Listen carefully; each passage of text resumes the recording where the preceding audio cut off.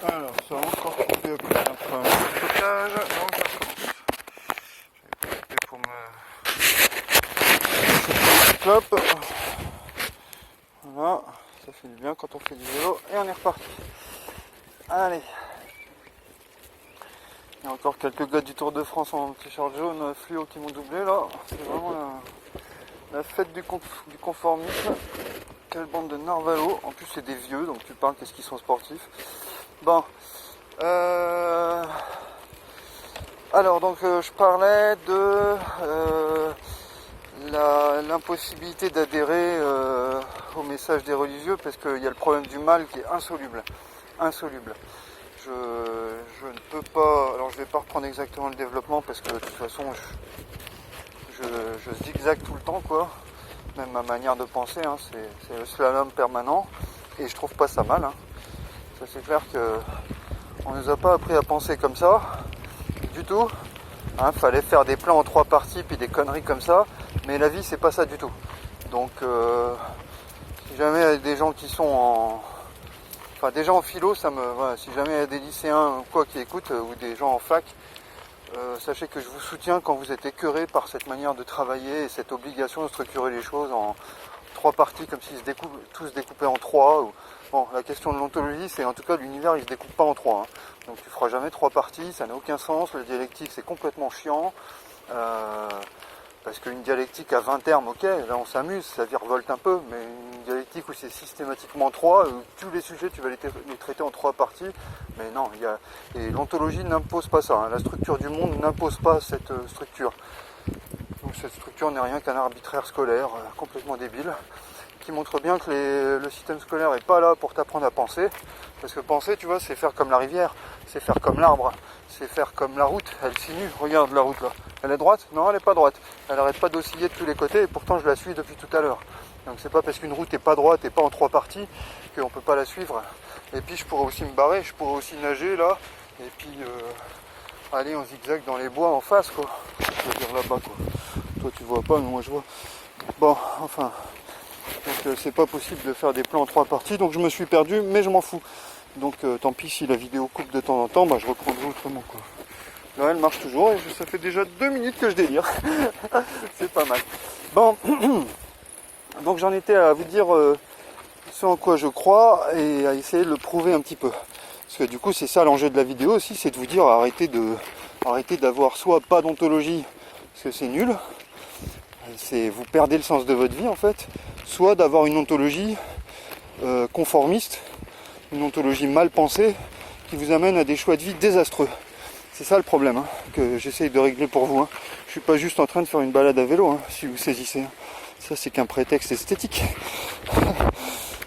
Et puis une raison de faire du sport quand on est assis toute la journée aussi. Voilà. Donc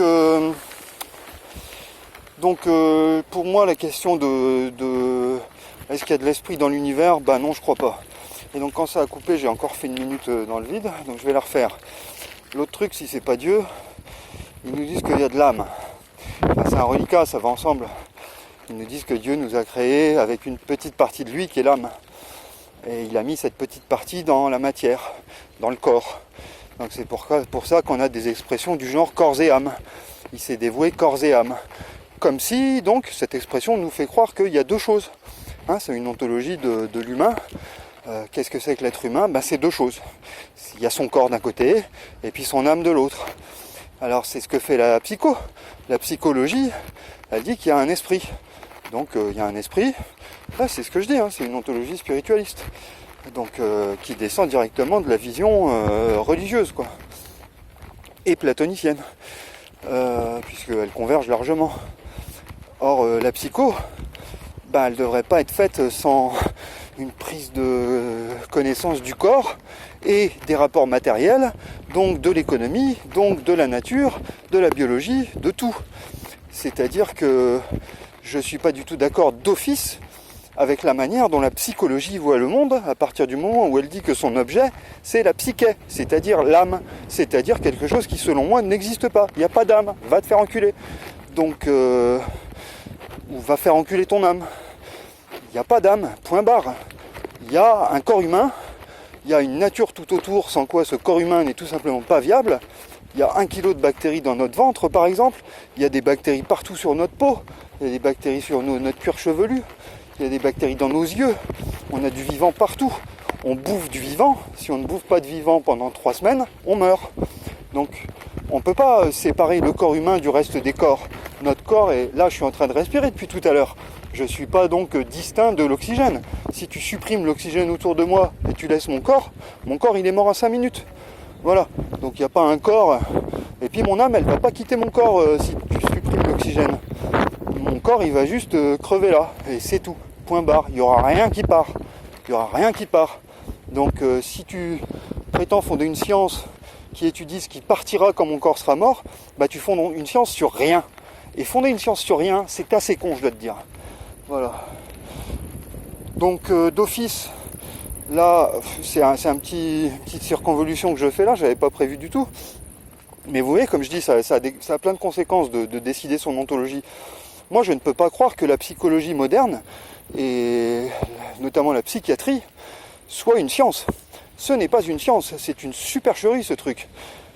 Ça étudie bien quelque chose, je dis pas que c'est complètement infondé, il y a vraiment des gens qui travaillent quelque chose, mais dans ces concepts mêmes, ça manque quelque chose dans son approche, dans la définition de son objet, c'est faux, cette approche est fausse, cette approche est lourdement biaisée par un choix premier de vision du monde qui est totalement entaché d'erreurs. Voilà. On a choisi de ne pas prendre le monde tel qu'il est, et le monde tel qu'il est, il est global et il est globalement matériel. Et on ne peut pas détacher un corps de tout le reste. Je ne peux pas détacher mon corps des orties que vous voyez là, du canal, de l'air qui m'entoure, de la pesanteur, du poids de la terre, donc de la situation de mon corps dans l'univers, puisque voilà, je suis tributaire de l'étoile qui est je sais pas où là, mais il y a une étoile dans le coin qui nous fait de la lumière là actuellement, sinon on verrait que dalle sur la vidéo, etc. quoi. Donc voilà, le magnétisme, tous les phénomènes autour de nous, le fait que je suis en train de vous parler là par exemple, c'est un phénomène complètement matériel ça, c'est pas l'âme qui parle là. Là ce qui se passe quand vous entendez du son chez vous, c'est parce qu'il y a des transmissions de vibrations dans tous les sens. Et voilà, il y a des captages, il y a des... Bon. Donc c'est ça qui se passe. Alors par là en fait on va juste faire demi-tour parce que ça va... Oh non, j'y ai jamais été, on va passer en bas alors. Ouais. Vous avez vu, on a changé plusieurs fois de... Et comme disait Héraclite, je vais le caser là, Pantarain, tout cool, c'est en grec. Il a dit ça, Héraclite, c'est un philosophe grec pré-socratique, d'avant Socrate, donc avant le 5e siècle. Il a dit Pantarain. Et Pantarain, c'est assez lié à ma vision du monde. Là. Moi, je me retrouve bien dans certains pré-socratiques, parce que voilà, tout coule, rien n'est permanent, donc t'as pas un monde éternel des idées, t'as pas un Dieu intangible non plus qui a tout décidé. Non, tout coule. Ça, je pense que c'est profondément vrai. Donc le canal, les bateaux, tout coule. Ça, c'est clair. Donc tout change, tout est impermanent, tout est évolutif. Et donc le Pantarain d'Héraclite se combine bien avec la théorie de l'évolution de Darwin plus tard, quoi.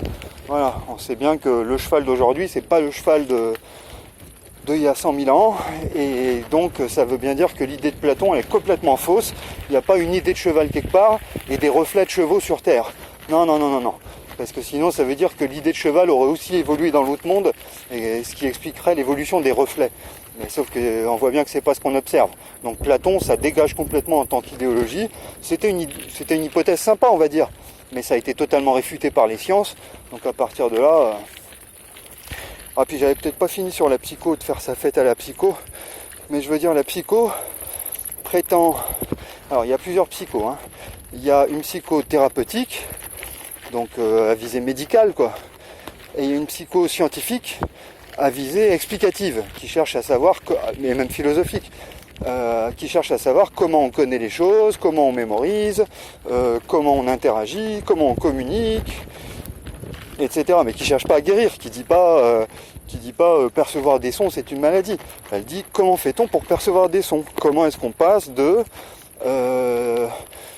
un larynx qui vibre, une oreille qui entend, des lobes cérébraux qui sont activés, qui traitent de l'information qui est stockée, c'est-à-dire que par exemple un tel m'a dit, ça c'est tout ce processus matériel qui a été enregistré.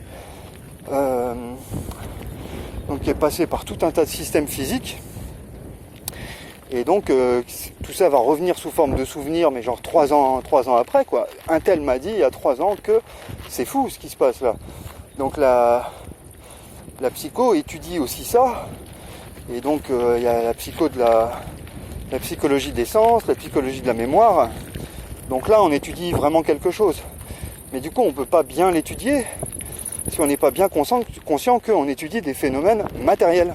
Et donc il ne faut plus l'appeler psycho. Parce que c'est plus une science de l'esprit, c'est une science de la matière. C'est une matériologie qu'on fait là, c'est pas de la psychologie. Donc il faudrait reformuler la chose, parce que si on reformule et qu'on se remet dans un cadre matérialiste intégral, bah là on comprend mieux les choses en fait. Bon alors pour bien comprendre ce que je viens de dire là, il faut que je retourne en arrière et que je vous refasse, enfin c'est comme si je dézoomais, mais je vous refasse un plan d'ensemble de ce que je crois moi. Donc moi, mon ontologie, elle est matérialiste, moniste, matérialiste intégrale et émergentiste. Je sais que tu aimes les concepts. Alors, donc moniste, ça veut dire que je crois qu'il n'y a qu'une seule chose. Matérialiste, ça veut dire que je crois que cette chose, c'est de la matière. Intégrale, ça veut dire que je laisse pas de place à autre chose. Parce que des fois, il y a des matérialistes, ils sont bien gentils, mais ils ont sorti les autres philosophies par la porte, à coup de pied au derche, et puis ensuite ils les laissent revenir par la fenêtre. Donc ça rime à rien de faire ça, hein. C'est complètement inutile. Hein.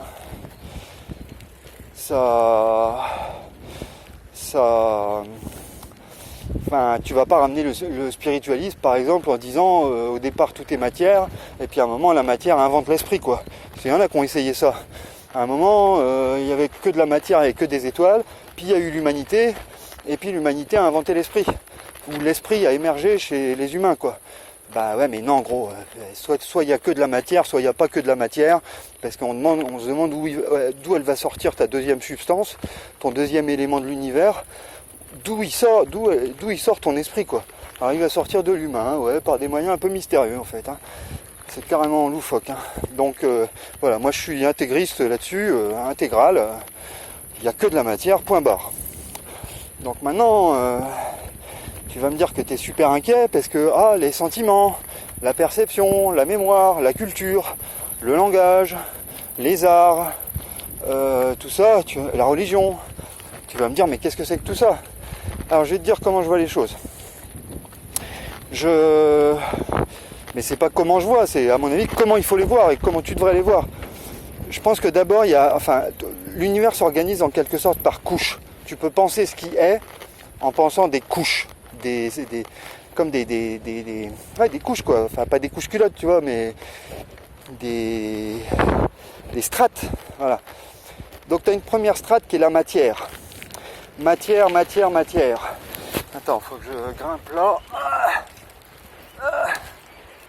Alors, il y a des bagnoles, non, il n'y a pas de bagnoles, et voilà. Voilà, il n'est pas beau ce canal entre Champagne et Bourgogne, là. Bon. Alors, on est proche de Foulin, là. Hop, bientôt à Foulin. Nickel. Donc, alors, ça tourne toujours ou pas? Ouais. Alors,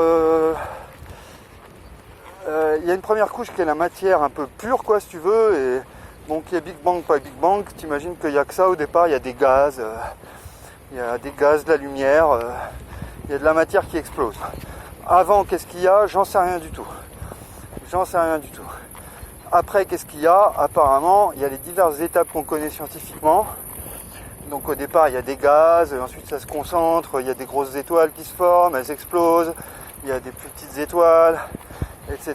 Puis on en arrive en gros à notre état de l'univers. Bon, donc là je dirais qu'il y a, à ces moments-là, il y a déjà plusieurs formes de la matière, puisqu'il y a la matière sous forme de plasma, il y a la matière à des milliards de degrés, concentrée en un seul point, donc ça fait déjà des formes de matière par rapport à l'expansion, l'hyperinflation qu'il y a ensuite. Ça fait déjà des formes de matière tout à fait différentes. Donc on voit là que la matière, faut pas s'imaginer, la matière c'est ce goudron inerte. La matière c'est ce truc qui était, tout l'univers était en un point, et puis après ça s'est étendu en un truc absolument immense. Donc la matière c'est ça, hein. C'est pas un truc qui te fait rien, c'est pas la pointe de ton stylo bic quoi si tu veux, c'est pas un truc inerte, c'est pas nul, c'est pas sans énergie, c'est pas informe, c'est un truc méga puissant qui te définit, qui te forme toi qui m'écoutes là, mais qui forme tout et qui a cette puissance infinie, enfin peut-être pas infinie mais gigantesque, de se transformer énormément, de changer de structure, de changer de propriété. C'est impressionnant ce qu'elle a pu faire cette matière. Je veux dire, tu regardes Napoléon à côté, c'est rien qu'un guignol quoi. On ne peut pas être impressionné par ça. Le grand héros de l'univers, c'est la matière. Hein. Il n'y en a pas d'autre qui a fait plus de choses dans sa vie. Hein. La matière est vraiment plus forte que tout. Hein. Et Dieu à côté, c'est un rigolo. Hein. Voilà, dégage-le. Hein. Donc bon, je vais pas trop parler de ça, je veux pas choquer les religieux que je connais, mais voilà, moi je crois en la matière à donf et je l'admire. Parce que j'en suis fait aussi et j'ai pas envie d'être traité comme un bout de bois par ma propre idéologie quoi. D'être traité parce que c'est ça que font les dualistes, hein. Ils disent je suis de la merde en fait. Moi je suis pas bien, Dieu il est bien. Bah, t'es chiant toi, t'es chiant, t'as envie d'avoir une vie de merde en fait. Bon. Donc voilà, je pense que la matière a été dans un certain stade pendant longtemps. Et ensuite, il y a ce qui se passe sur Terre. Alors je ne sais pas du tout si ça se passe que sur Terre, hein, me demandez pas ça, parce que je me le demande et je n'ai pas de réponse, et les scientifiques n'ont pas de réponse non plus. On cherche, ça s'appelle l'exobiologie, la biologie qui pourrait se passer ailleurs que sur Terre. On a plein de suppositions là-dessus. D'après les calculs, il est fort possible qu'il y ait de la vie ailleurs que sur Terre, donc je ne peux pas vous parler de ce qui s'est passé ailleurs, mais bon. Bon, mais en tout cas sur Terre, il s'est passé des trucs. C'est-à-dire que la matière s'est organisée sous une forme spéciale qui s'appelle la vie. Donc c'est toujours de la matière, mais cette fois elle a la capacité de s'organiser d'une certaine manière et de reproduire son organisation. C'est-à-dire qu'on n'a plus... là par exemple on a des graviers, donc c'est de la matière qui a une certaine puissance, qui a de l'énergie et tout, mais elle ne bouge pas par elle-même. Elle peut être bougée par mes roues, par le vent, par l'eau, par machin, mais elle est bougée par des facteurs extérieurs. À un moment sur Terre, il y a une petite partie de la matière qui se met à bouger par ses propres moyens, qui se met à... c'est bizarre à expliquer, c'est complexe. Je ne suis pas scientifique moi, je suis une espèce de vulgarisateur à vélo quoi. Et en plus je vais même pas vite, déjà je suis essoufflé. Mais bon, en fait, elle enferme, c'est de la matière qui enferme de l'information, et ça donne de la matière autonome, quoi. C'est complètement fou, c'est dur à penser. Qu'est-ce qui s'est passé? Mais je pense que là, il y a un saut, et c'est ce que je voulais dire tout à l'heure en me définissant émergentiste. Je pense qu'il y a un moment, il y a des niveaux, oui, j'appelais ça des couches, mais c'est mieux d'appeler ça des niveaux, c'est plus clair et c'est pas ambigu. Il y a des niveaux de la matière. Donc il y a eu la matière du cosmos, et puis sur Terre, et sans doute ailleurs, il y a eu des formes d'auto-organisation de la matière, sous forme de gestion de l'information aussi, forme qu'on appelle la vie. Bon, donc on a la vie. Ça développe des champignons, des bactéries, des machins. Ensuite, ça développe un système super complexe qu'on appelle l'écosystème, un biosystème en fait. Un système où il y a des tas de codes génétiques différents, des tas de systèmes d'information différents, des tas de corps, c'est-à-dire de la matière organisée sous forme d'organismes, donc d'être fermée. Puisque normalement, par exemple, si on prend de la matière, on va prendre l'eau là, elle n'est pas fermée cette eau. Elle est contenue dans quelque chose, mais elle n'est pas fermée, c'est pas des unités, voilà. On a des molécules d'eau qui se jouxtent les unes les autres et elles ont pas, voilà, on peut pas diviser tout ça. Donc il y a de l'eau en fait, c'est individu, c'est indistinct. Pareil si je prends l'air là, l'air on peut pas le couper quoi, on peut pas dire tiens il y a un air là, un autre air là, c'est pas divisible. Par contre là il y a un arbre, voilà, là il y a une unité, il y a un être vivant. Donc c'est de la matière aussi, puisque là c'est du carbone et là c'est du carbone en fait. Hein. C'est tous deux des formes à base de carbone, hein, qui dépendent hautement de l'eau. Alors là c'est l'eau, elle dépend de l'eau, mais l'arbre aussi il dépend de l'eau. Donc la vie ajoute ça, elle ajoute le fait que la matière va se vivre sous forme d'individualité. Et que ces individualités se vivent sous forme de collectif. C'est-à-dire qu'il n'y a pas une bactérie, il y a une colonie de bactéries. Il n'y a pas un lichen, il il y a une colonie de lichens et tout un tapis de lichens. Et puis il y a des familles de lichens, quoi. Et quand on a une, hop, il va y avoir des mutations et ça va développer une autre famille qui va coloniser un autre milieu. Et avec le temps, ça va devenir encore autre chose et encore autre chose. Et tout ça va se transformer. Alors que la matière dont je parlais au début, elle se transforme certes, mais très lentement. Voilà, par exemple, on a une étoile qui crame et tout. Bon, c'est un très long processus, ça dure des millions d'années. Tandis qu'en 1 million d'années, tu prends une espèce, tu la reprends 1 million d'années plus tard, elle a évolué beaucoup plus vite. Pourquoi? Parce qu'il y a de l'information qui est stockée dedans. Donc c'est déjà tout à fait autre chose. Hein. C'est fascinant ça. Hein. C'est donc une autre... Voilà, donc j'appelle ça un second niveau de la vie. Et c'est pour ça que je m'appelle émergentiste. On appelle ce matérialisme-là émergentiste. Cette thèse-là, elle dit que la vie, c'est pas une création extérieure d'un dieu, ça a émergé de la matière. C'est une propriété émergente de la matière. Vous voyez, ça c'est passionnant. Hein. Donc voilà, ça me permet de définir à mon avis ce qu'est la vie. Et ben, ma réponse à moi, ontologie matérialiste émergentiste, c'est une propriété émergente de la matière. Voilà.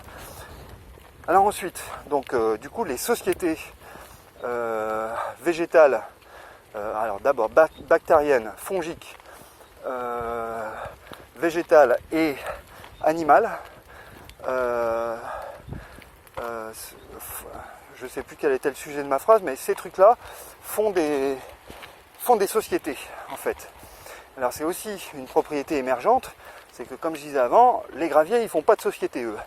Ils n'ont pas d'individualité, ils font pas de société. Mais même les montagnes, même les étoiles, tu vois, tu peux avoir une galaxie, tu as des millions d'étoiles, mais elles ne communiquent pas entre elles. Alors il y en a une qui explose et puis voilà quoi. Ou l'une brille sur l'autre, alors elles s'échangent des photons, mais elles s'échangent rien du tout. Elles n'ont pas voulu faire ça. Il n'y a aucune intentionnalité dans leur vie. Tandis qu'un chat, il voit un autre chat, ben, il va le voir. Il le voit. Il le perçoit vraiment et il veut y aller. Mais une fourmi aussi, elle va voir une autre fourmi. Là, les libellules, elles cherchent quelque chose. Il y a une intentionnalité, il y a quelque chose de nouveau là. Alors je dirais pas que c'est de l'esprit, hein. C'est pas un esprit qui les guide ou elles n'ont pas un esprit à l'intérieur d'elles, hein. Elles n'ont pas une âme. Chaque fois que je croise un papillon, on vient d'en croiser plusieurs, ils sont animés par quoi? Ben, c'est de la matière qui a du code et qui gère son code. Et du coup, il y a de la liberté dedans. Ça, je peux pas trop l'expliquer, mais dans toute cette vie, il y a de la liberté. Cette vie n'est pas, par exemple, le papillon, ceux que je viens de croiser, et ben il va un peu par hasard, un peu librement. Et je sais pas trop expliquer ça, mais c'est pas un dieu qui télécommande tout à mon avis. Et c'est pas une idée de papillon qui fait qu'il prend toutes ses décisions, parce qu'en fait il prend des décisions. Donc c'est un calcul de la matière à l'intérieur de son système nerveux. Je crois que c'est ça qui guide les... Donc il ressent des trucs, il est attiré par des trucs, et puis il y a des erreurs qui se produisent aussi, et puis il fait avec son petit système, ça bug un peu toujours. Bon, et je veux en venir au fait qu'il y a... Après, il y a une troisième couche qui se développe. Donc la première, c'est la matière puissante. Puissante, mais physique. Ensuite, il y a une deuxième couche, c'est la matière biologique, organisée en individualité, qui s'organise ensuite en collectivité, qui ont des rapports sociaux. Et le troisième niveau, c'est certains, alors c'est pas tout le deuxième niveau qui émerge vers le troisième, c'est même une petite partie, mais il y a quand même des tas d'espèces qui ont cette propriété, c'est qu'ils vont développer une conscience. Ça c'est fou aussi, ils vont développer une conscience. Conscience qui est ce que les fous de la vision dualiste du monde appellent âme, ou psyché, ou esprit, ou machin. Bon, moi j'appelle ça conscience. Donc je pense que dans les... Bon déjà, à mon sens, il n'y a pas de conscience chez les plantes, du tout. Je sais bien qu'il y a des systèmes de communication et tout, qui peuvent se prévenir, ils peuvent réagir aux attaques, etc. Mais je ne pense pas qu'il y ait de conscience. Bon, on ne va pas discuter ça, c'est compliqué. Mais bon, je pense que par contre, chez les animaux, c'est évident que quand on regarde plein d'espèces animales, on voit qu'elles ont une conscience. Et je parlais du papillon, et ben ces animaux-là aussi. C'est-à-dire des animaux assez... Bon, ils sont petits par rapport à nous, leur système nerveux est dérisoire, mais quand même puissant, parce qu'il y a quelques milliers, ou ça dépend des bestioles, mais millions de neurones. Donc ça vaut pas notre cerveau, mais c'est quand même assez fortiche. Il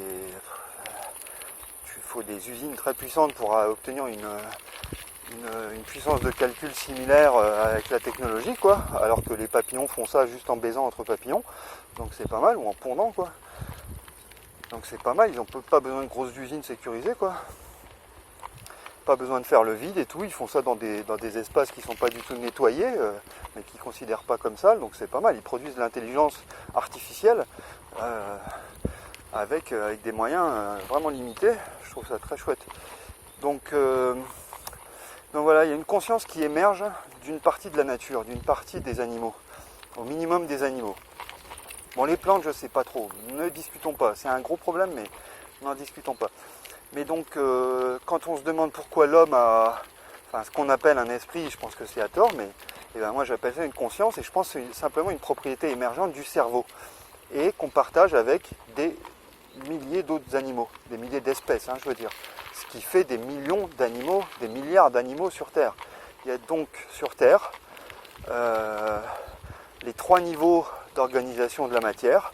Il y a du pur physique, il y a du biologique, du vivant, quoi, vivant, et puis il y a du pensant sentant. Donc le pensant sentant, c'est nous, mais c'est pas juste nous. Et beaucoup de philosophes ont raconté n'importe quoi en disant qu'il n'y avait que nous qui pensaient, sentaient, et ça nous a entraîné des erreurs majeures de relation avec le vivant. Par exemple, ce conte Descartes qui pense que dans un chien, si un chien crie, c'est parce qu'il y a un système de poulies, les chiens seraient mécaniques d'après lui. Et dans l'homme aurait le privilège d'avoir une âme donnée par Dieu. Voilà, c'est le genre de pourriture idéologique que pensent les spiritualistes, c'est du grand n'importe quoi. Et donc ça fait qu'on pouvait torturer les animaux, cette vision-là, ça fait qu'on pouvait les torturer, et que notre droit a pu les considérer comme des objets. Ça a des grosses conséquences jusqu'à aujourd'hui, parce que si on reconnaissait que les vaches, les cochons, tous les animaux ont, alors non pas une âme, mais une conscience en tout point similaire à la nôtre, c'est juste qu'ils n'ont pas exactement le même cerveau, donc ils n'ont pas exactement la même conscience, mais le phénomène est tout à fait similaire. Il y a une pensée qui émerge d'eux, il y a une conscience qui émerge d'eux, de leur corps. Je ne dis pas que c'est mis par Dieu, ça émerge de leur corps, leur système nerveux, mais aussi tout leur corps, c'est-à-dire leurs muscles, leurs os, s'ils n'ont pas d'os comme les papillons, ou les scarabées, ou les coccinelles, parce que tout ça a une conscience, tout ça est là. Chaque fois que je croise une libellule, là, elle n'arrête pas de prendre des décisions en fait. Pour prendre une décision, il faut vouloir quelque chose, faut être... Donc tout ça a une conscience, tout ça nous regarde par exemple. Les libellules me regardent, là quand je passe, elles me voient. Je les vois, elles me voient. On ne se voit pas de la même manière, on n'a pas du tout le même corps, on n'a pas du tout le même cerveau, mais on se voit. Donc je suis là entouré d'êtres vivants qui me voient, qui me perçoivent, qui me sentent. Je laisse des odeurs, je suis une trace visuelle, je suis en mouvement, ils me détectent, ils croient peut-être que je suis un prédateur, etc. Donc voilà, tout ça est très... Donc voilà, l'ontologie matérialiste émergentiste, c'est ça, c'est une vision du monde qui règle les grands problèmes de l'existence et qui fait que on n'est pas perdu sur cette terre et qu'on sait où on va. Parce que plein d'autres idéologies, putain, c'est le royaume des libellules ici, et des libellules rouges, il y en a partout. Je sais pas si vous les voyez, mais j'essaie de ne pas les écraser. Il faudrait que je mette un haut-parleur. Ouais, les libellules, je suis là. Ça en est rempli ici, putain. Il y en a 400 quoi. Waouh. C'est la folie. Bon, puis elles sont toutes rouges quoi. Elles sont assez belles. Je préfère les bleus. Bon. Donc voilà, il y a plein de visions du monde où si vous suivez ça, vous êtes certain d'après moi de rater votre vie. C'est fini pour vous. Vous allez que faire des mauvais choix si vous n'avez pas bien compris ce qu'il y a dans l'univers. Donc voilà, j'espère que ma vidéo, ma petite conférence sauvage à vélo aura servi à... Oh, je suis à foulin. Aura servi à vous décider à réfléchir. Parce que ça changerait votre vie, quoi. Voilà, donc arrêtez le dualisme, arrêtez le spiritualisme et l'idéalisme, et convertissez-vous à la seule morale qui vaille, à la seule vision du monde qui vaille, c'est-à-dire le matérialisme moniste émergentiste. Et voilà, on repart. Tadam!